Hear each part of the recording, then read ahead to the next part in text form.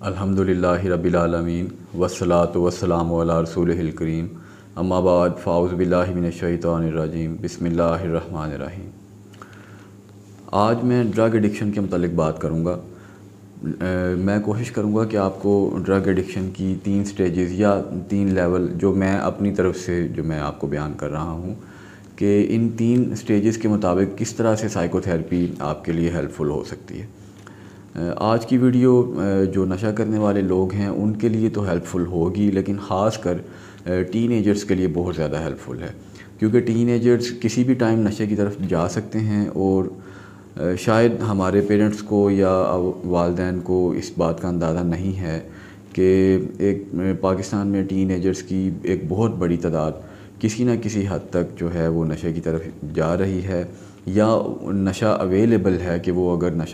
نشہ کرنے کی طرف جانا چاہیں تو وہ جا سکتے ہیں۔ اتنا زیادہ نشہ اس ٹائم یا یہ ڈرگز جو ہیں یہ اویلیبل، کچھ اتنی ایڈوانس قسم کی ڈرگز بھی آ گئی ہیں کہ جس کو جو نوجوان نسل ہے وہ ایک فیشن کے طور پہ لیتی ہے۔ تو جو پہلی سٹیج ہے اگر میں اس کی بات کروں تو پہلی سٹیج وہ ہے کہ جب کوئی بچہ ابھی اس نے پہلی دفعہ جب نشہ کیا یا دوستوں کی وجہ سے اس نشے کی طرف رجحان ہو رہا ہے، لیکن ابھی وہ اتنا زیادہ ایڈکٹ نہیں ہے، وہ پہلی سٹیج میں اگر چھوڑنا چاہے تو چھوڑ سکتا ہے۔ یہ وہ سٹیج ہے، اس میں سب سے زیادہ فائدہ جو ہے وہ یہ ہے چھوڑنے کا، یا اس میں جو سب سے زیادہ آسانی ہے وہ یہ ہے چھوڑنے کی کہ اس میں ودرال سمٹمز کم سے کم ہوں گی۔ ویسے تو ڈرگز کی بہت ساری ٹائپس ہیں، کچھ ڈرگز کی ودرال سمٹمز بہت زیادہ ہوتی ہیں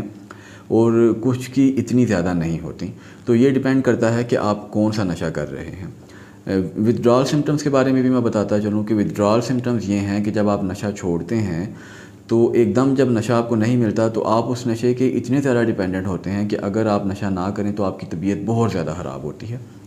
اب ان ودرال سمٹمز کے ساتھ مقابلہ کرنا بڑا مشکل ہوتا ہے اور اس میں میڈیکیشن کی ضرورت بہت زیادہ پڑ جاتی ہے۔ تو عموماً ودرال سمٹمز کو کنٹرول کرنے کے لیے ہی یہ جو ریہیبلیٹیشن سینٹرز وغیرہ ہوتے ہیں وہاں پہ پیشنٹ کو کافی دن کے لیے رکھا جاتا ہے۔ تو جو پہلی سٹیج ہے جس میں ابھی آپ نے بالکل نیا نشہ شروع کیا یا آپ کا اس طرف ابھی مائنڈ بن رہا ہے کہ میں یہ نشہ کروں یا نہ کروں، تو اس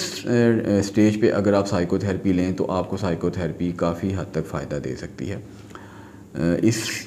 سٹیج یعنی یہ جو ڈرگ ایڈکشن کا مسئلہ ہے یہ اتنا زیادہ شدید مسئلہ ہے کہ یہ میڈیکیشنز کے بغیر اس کا علاج کرنا تقریباً ناممکن ہے، لیکن یہ جو ارلی سٹیج ہے اس میں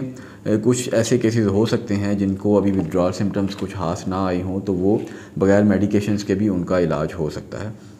اب اس سے جو اگلی سٹیج ہے جس میں آپ کا یعنی آپ کی سیویرٹی اتنی زیادہ بڑھ جاتی ہے کہ اب آپ اتنے زیادہ ڈیپینڈنٹ ہو گئے ہیں کہ اب آپ نشے کے بغیر نہیں رہ سکتے، تو پھر لازمی ہو جاتا ہے کہ آپ کی ہاسپٹلائزیشن کی جائے یا کسی ایسے ریہیبلیٹیشن سینٹر میں جہاں پہ سائیکیٹرسٹ بھی موجود ہو، سائیکالوجسٹ بھی موجود ہو، آپ کو میڈیکیشنز بھی دی جائیں اور آپ کو انڈر آبزرویشن رکھا جائے۔ اس میں ڈیوریشن کافی وہ آپ کو ڈاکٹر سجیسٹ کر سکتا ہے کہ کتنے دن ہو سکتے ہیں، کافی زیادہ دن بھی ہو سکتے ہیں، کچھ کم بھی ہو سکتے ہیں، لیکن منیمم اس میں بہرحال ایک ٹائم پیریڈ ہوتا ہے جو آپ کی اسیسمنٹ کے بعد آپ کو بتایا جائے گا کہ آپ کتنے دن یہاں پہ رکیں گے۔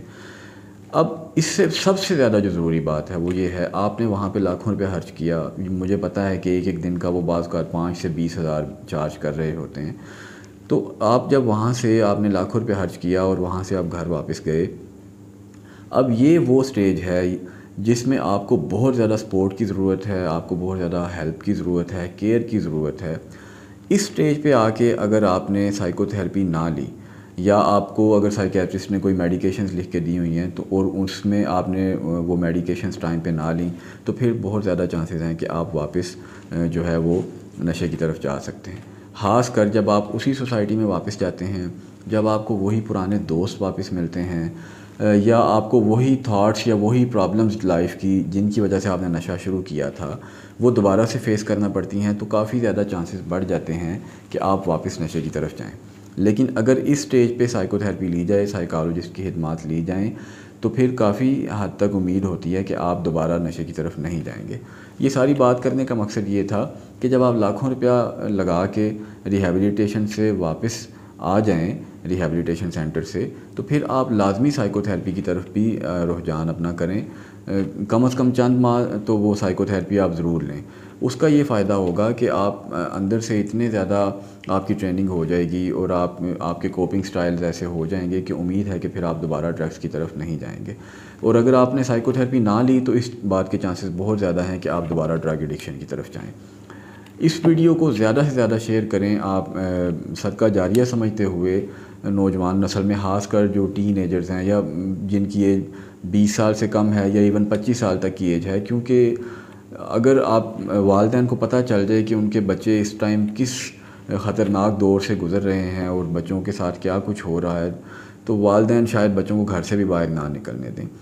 آپ سوچ بھی نہیں سکتے, میرے پاس جو کیسز آ رہے ہیں میں خود حیران ہوں. پیرنٹس کبھی سوچ بھی نہیں سکتے کہ ان کا اتنا اچھا بچہ وہ اس کام میں پڑا ہوا ہے. تو ٹین ایجرز تک آپ اس پیغام کو زیادہ سے زیادہ پہنچائیں تاکہ ٹین ایجرز یا تو ڈرگس کی طرف جائیں ہی نہ, اور اگر جانا شروع بھی کریں تو وہ ان کے مائنڈ میں یہ بات ہو کہ ہم سائیکو تھیراپی کی مدد سے اس مسئلے سے بچ سکتے ہیں, یا ایسا ہو سکتا ہے کہ ہمیں تھاٹس آ رہی ہیں یا جو ہمیں لائف میں پرابلمز آ رہی ہیں ہم ان کے الٹرنیٹ کے طور پہ ہم کیا کریں کہ ہم نشے کی طرف نہ جائیں. تو خواتین و حضرات, یہ ہماری آج کی ویڈیو تھی. بہت شکریہ. اللہ حافظ.